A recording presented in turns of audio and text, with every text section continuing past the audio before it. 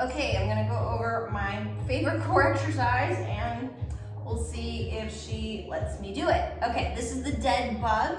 I'm gonna show you my favorite version. There's a few different variations, but what you're gonna wanna do is you're gonna start by coming down to your back. And this is something you guys can do every single day, maybe should do every single day, to turn your diaphragm on, which is just gonna get stronger and stronger and help protect your back. So, all right, so go ahead, come to your back, and then I want you to do something called a posterior tilt. So you're gonna take your pelvis and roll it up, okay? So basically, when I'm neutral, you can put your hand on your back. I actually want to do, when you posterior tilt, you flatten your back to the floor. So you don't want to be able to put your hand on your back and immediately create a brace. So if you cough, that's that brace that you want to feel, okay? Sometimes I'll say, you want to imagine I'm going to punch you in the stomach. I know, that sounds brutal. All right, arms up, legs up, and then ribs down as well. Okay, so this is already going to be kind of hard. You don't want to stay here for too long, but you should be able to. Okay, let's see what happens here.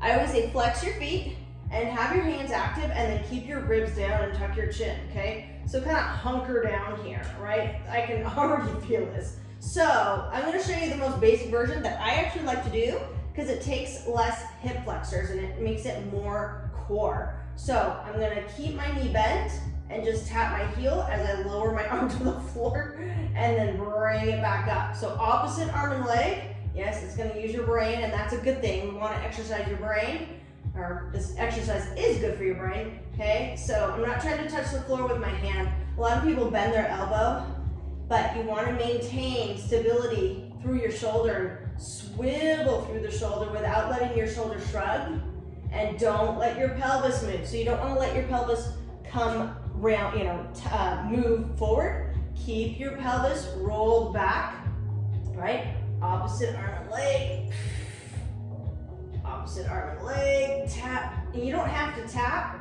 Maybe you can only go to here and you start to feel your low back come off the floor. So only do the version that you can do that allows you to keep the stability here. Now the hardest version is going to be straightening out your leg, pushing your heel forward and bringing it back.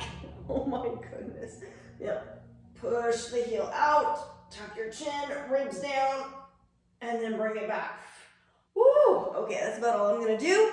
So, you can do that every single day. One set's probably fine if you're gonna do it every single day. I'm doing it as a warm-up prior to my workout, and I'll often have clients do that because when you're training, you wanna have your diaphragm fire to protect your back. So you could do anywhere, between 6 on each side and 10 on each side.